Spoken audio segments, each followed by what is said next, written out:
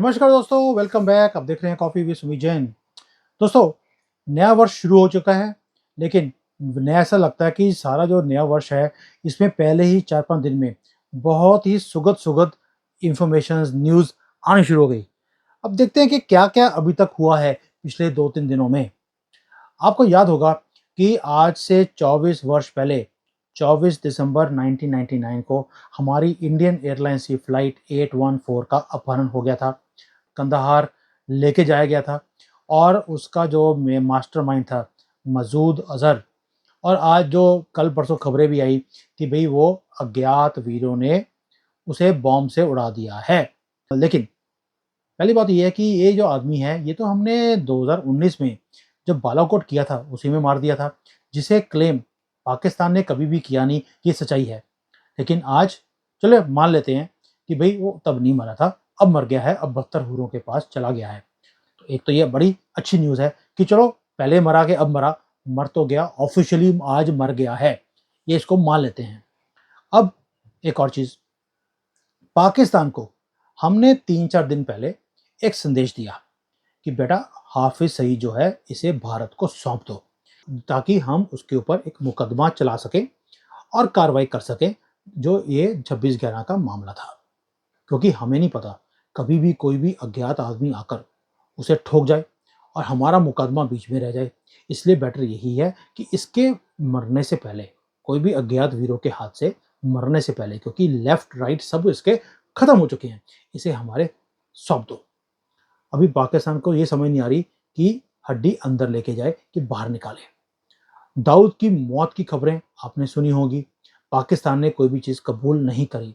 अब हमें ये भी नहीं पता कि वो मरा है, जिंदा है, उसके मरने पे कोई फतवा भी या फतीहा जो पढ़ते हैं ये लोग, ये कोई पढ़ भी पाया या नहीं पढ़ पाया।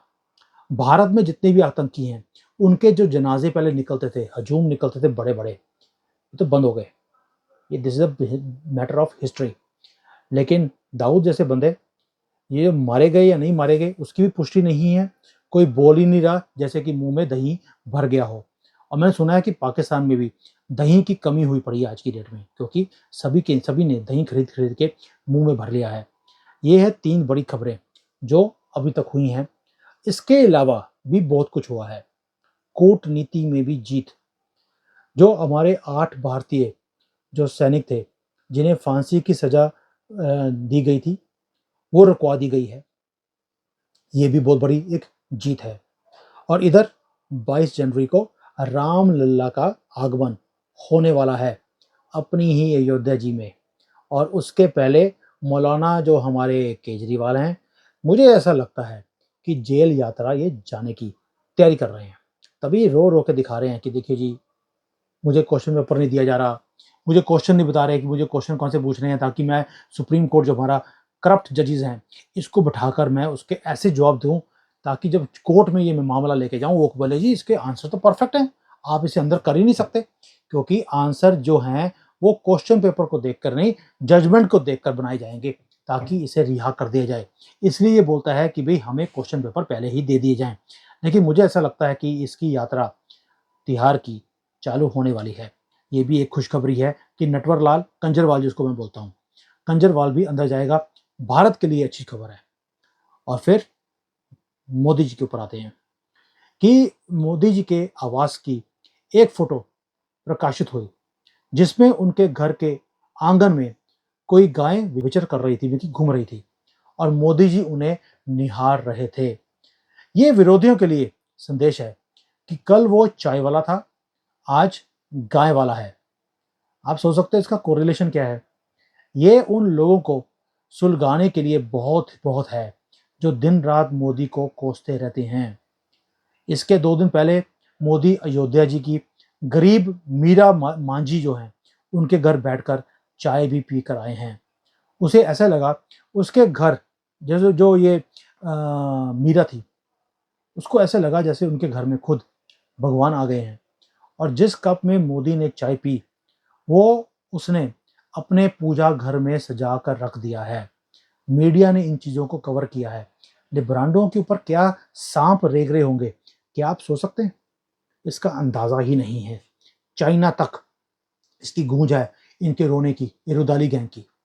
और उधर और क्या हुआ है, इस्लाम को यूरोप से बाहर करने की बात करने वाली इटली की प्रधानमंत्री मिलोनी, इसने इजराइल पहुंच गई और उधर हमारा ओवैसी विलाप करने लग गया कि हमारी मस्जिदें छिन जाएंगी, मस्जिदों को आबाद रखो, अपनी ताकत बरकरार रखो, मुसलमानों को बोल रहा है।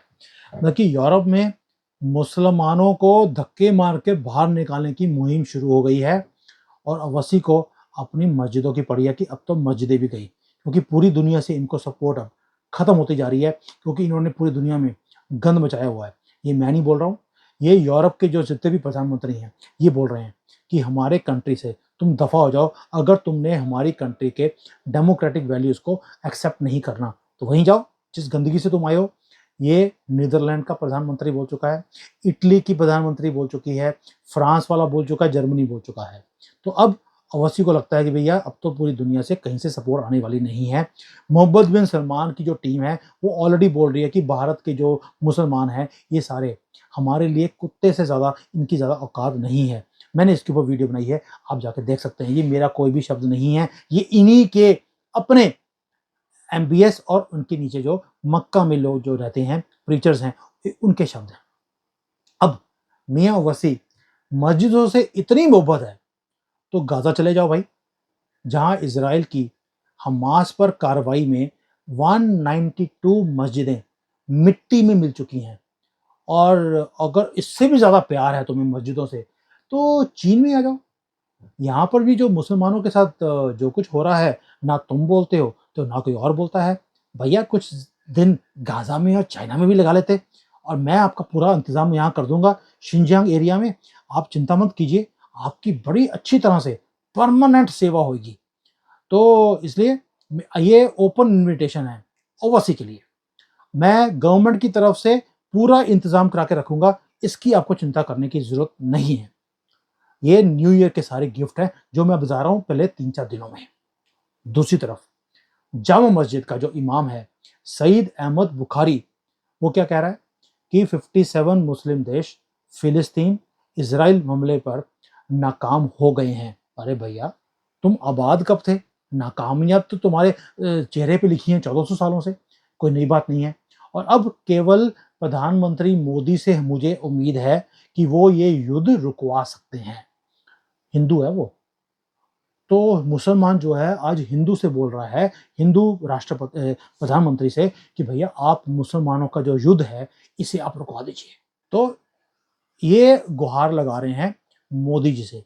तो मैं एक क्वेश्चन पूछता हूँ इसे कि अगर मोदी जी युद्ध रुकवा भी देंगे, आपके जो हमास के टेररिस्ट हैं वो मरने बंद हो जाएंगे इजराइल की तरफ से, तो क्या आप इमाम जी आप मुसलमानों को कहेंगे कि मोदी को वोट दे दें?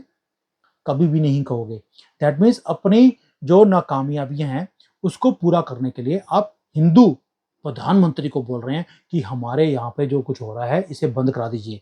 लेकिन वोट हम देंगे कांग्रेस को ही, क्योंकि उन्होंने आपको प्रॉमिस कर दिया कि अगर आप पप्पू को प्रधानमंत्री बना दें या गंदी फैमिली से किसी को भी प्रधानमंत्री बनवा दें तो ये भारत को इस्लामिक देश बनाने में आपकी मदद करेंगे। तो ये आपका दोगलापन है जो हिंदू समझ गया है, इसलिए भूल जाइए। मोदी जी को आप गुहार भी लगाएंगे, आपकी बात सुनने वाले नहीं है। इतने बेवकूफ नहीं है हिंदू, 1000 साल तो बेवकूफ बना रहा, अब नहीं बनेगा। अब नए साल से पहले मोदी सरकार ने 2 बड़े काम और कर दिए। असम में जो उल्फा विरोधी गुट था उससे शांति का समझौता कर लिया और उन्हें देश की मुख्य धारा में लाने की पहल भी कर ली। और दूसरी तरफ कश्मीर के जो मसरत आलम के आतंकी संगठन है जम्मू कश्मीर मुस्लिम लीग, उसको 5 दिन पहले ही बैन कर दिया गया। और 2023 के अंतिम दिन सईद अली शाह जो गिलानी है उसके 2004 में बनाई हुई तहरीफ हुर्रियत या जम्मू कश्मीर को बैन भी कर दिया गया। यानी आतंकियों की जितनी भी दुकानें हैं उसके ऊपर ढक्कन बंद लगा के डब्बे में उसको टाइटली बंद कर दिया है। मुझे लगता है जैसे ओसामा बिन लादेन को अरेबियन सी में कहीं फेंक दिया था, पता नहीं कहाँ मरा है वो, वैसे ही इनका भी वही अंजाम किया गया है। किसी ने उफ करी नहीं, क्योंकि अब ये उफ करने की हैसियत ही नहीं रखते, क्योंकि पीछे से इकोसिस्टम ही खत्म कर दिया गया है जो कांग्रेस ने यहाँ पे बना के रखा था। तभी ये हमारे सर के ऊपर बैठ के नाचते थे। ये कायर कौम है एक नंबर की, ये हिंदुओं को कायर बोलते हैं, इनसे बड़ा कायर कोई है नहीं। और मोदी जी भी भांगते हैं लोग अच्छी तरह से, इसलिए न्यू ईयर अभी आया है, आप देखते जाइए 3-4 दिन में कितने काम हो चुके हैं जो मैं गिना रहा हूँ। क्या हमारी जो मीडिया है इन्होंने कवरेज दिया? नहीं दिया, और ये देंगे भी नहीं, क्योंकि ये मोदी जी की स्ट्रेंथ दिखाती है, तभी मैं वीडियो बना रहा हूँ। अभी बात खत्म नहीं हुई भाइयों, अभी और बड़ी लंबी गेम है 3-4 दिनों की, आगे सुनते रहिए। कांग्रेस कांग्रेस का जो युवराज है राहुल कालनेमी, ये अय्याशी की न्याय यात्रा पर निकल गया है, और ममता ने उसका न्याय कर दिया कांग्रेस को भाजपा की बी टीम बताकर, और कह दिया हमारा कांग्रेस के साथ कोई गठबंधन नहीं है। ये इंडिया अलायंस की मेंबर है जो प्रधानमंत्री बनने के सपने देख रही है। केजरीवाल जो है उसने पंजाब दिल्ली में एक अलग सी बात कर दिया है कि वो भी कोई शेयरिंग नहीं करेगा। उद्धव ठाकरे है, उसने भी न्याय कर दिया कि कांग्रेस को 0 सीटें महाराष्ट्र में मिली थी लास्ट टाइम, 0 या 1, 0 से आगे चलोगे। लेकिन अभी संजय रावत की जो संजय रावत है वो भी उल्टे सीधे बयान दे रहा है। लालू नीतीश जो हैं वो दोनों फूस हो गए हैं और वो अपने ही किसी और गेम में लगे हुए हैं। कुल मिलाकर अगर आप देखें 2024 के अभी तो 2-3 दिन निकले हैं और आरंभ जो है बहुत ही अच्छा हुआ है, और आने वाले समय में जो परिणाम मिलने वाले हैं उससे मुझे लगता है कि जो नरेंद्र मोदी है इस बार 400 प्लस नहीं 500 प्लस लेकर आना चाहिए, और कांग्रेस को जो है एक ऐसा आईना दिखाना चाहिए कि अब हम गंदी फैमिली को, एक गंदी मैं इसलिए बोलता हूँ क्योंकि इन्होंने सिर्फ गंदगी ही फैलाई है, एक गंदगी फैमिली को हम एक्सेप्ट नहीं करेंगे। हिंदू ये आपके हाथ में है। 400 प्लस तो कांग्रेस मान चुकी है कि 400 प्लस तो इस बार बीजेपी लेके जाएगी। ये इनकी अपनी इंटरनल सर्वे रिपोर्ट है कांग्रेस की। आप 400 को 500 में कन्वर्ट कर दीजिए कि इस बार बीजेपी लेके जाए 500।